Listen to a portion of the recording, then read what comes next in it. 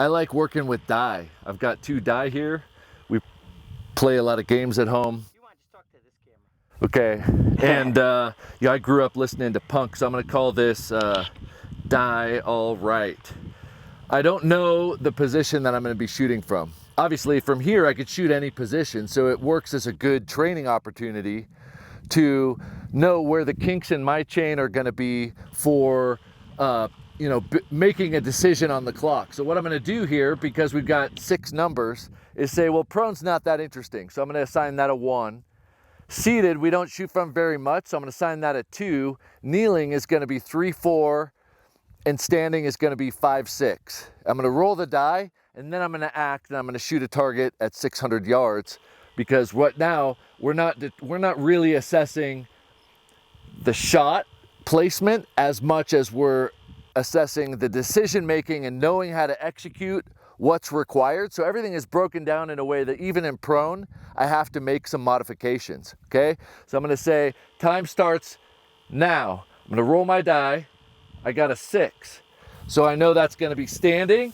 I'm gonna put my tripod up to a height that I believe will be standing. I'm going to put it up here. I'm gonna pretend I'm in a field match. So I'm gonna put my bag.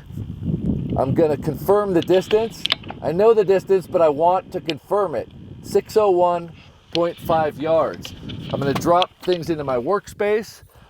I'm gonna put my rifle on here. I'm gonna confirm dope. I've got target, position, anchor, sight picture, complete. I've got my wind assessment. I feel it coming from the right. It's probably effectively 2 miles an hour. I'm gonna start my shot process. Inhale.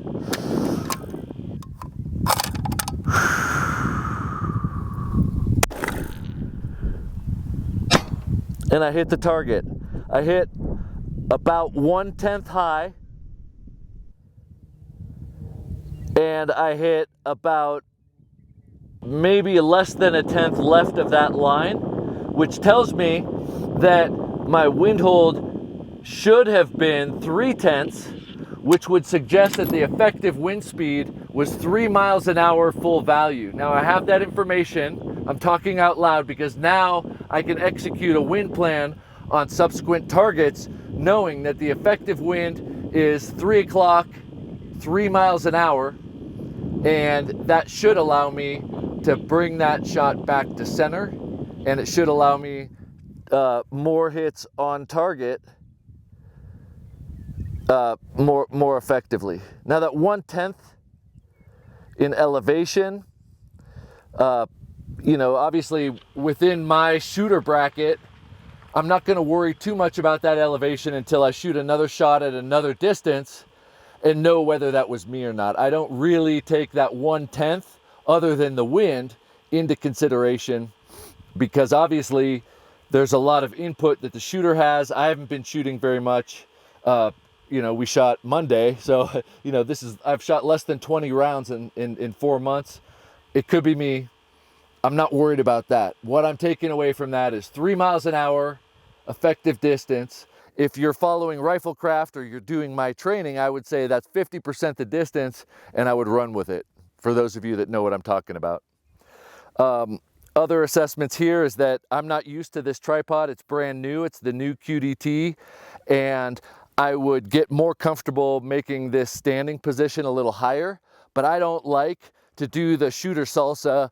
I like to have my workspace, set up my position and run with it, and I train consistency across heights, so I feel effective. Here, ideally, I'd be an inch higher, but those are critiques for training, not for execution, and we get the idea of where we're at for training based on videos like this that show us performing a task on hand, and then you analyze it to decide what are you going to do to improve, and we can always find areas to improve. When we do a run through like this, it may not be perfect, and then you go back and you analyze those imperfections. Now I took 1 shot, right? So that was like a $150. I didn't shoot over and over and over again to try to figure out why my shot was high. I'm not worried about that. I'm worried about the smoothness of the process to hammer out the non-shooting stuff, Because shooting days, you work on shooting technique, and process days, you have to define that process. And the process is what slows us down. If we can speed up our process, then we're not rushed on our shots, and we can carry it forward from there. All right.